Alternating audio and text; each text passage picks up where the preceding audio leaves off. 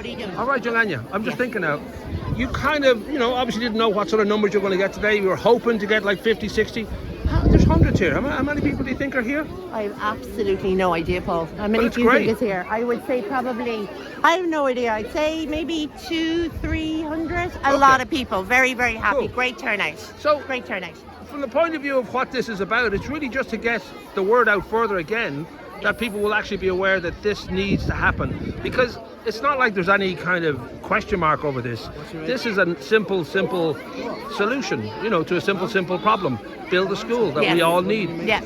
Would you hope that this, will get national attention? Do you think that it will get a kind of an effect, hopefully? 100%. I suppose what's most important about all of this is that there's no reason for the school not to be built, Paul. The money's there, planning permission is being achieved, the designs for the school is done, the tender's gone out, the contractors have done their tenders. All that has to happen now is the Department of Education has got to award the contract.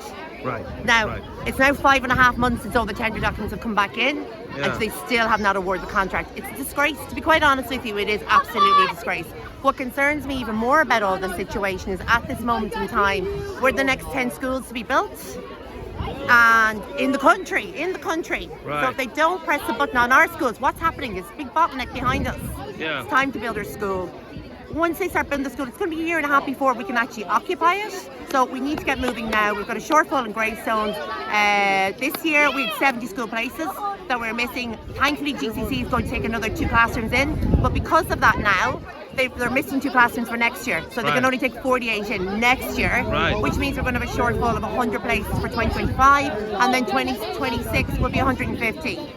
We've got to keep this moving. Every year, it's not on for the people of Greystones to be under this pressure to constantly not have a school place for our children. Realistically, what do you think, in real terms, will happen over the next few months? Because I've experienced with the community, with the national school and all that. Yes. Absolutely, a big uproar. There's been protests. There's been, and it makes the national news. And yet, there's just a bottom line that it didn't happen for like 2-3 years. We were waiting. But Paul, there's no excuse here. I can understand. I'm involved in property 20 years. I can understand that there can be peaks and troughs in certain things. Right. However, Greystones, this has been known for a long time in Greystones. The primary schools in Greystones had an issue back in 2013, right? That they take on 8 extra classrooms. Every primary school had to take on an extra junior infants. So they knew this was coming down the line. Sure. And then since then, what have they done? They've built nearly 3,000 houses.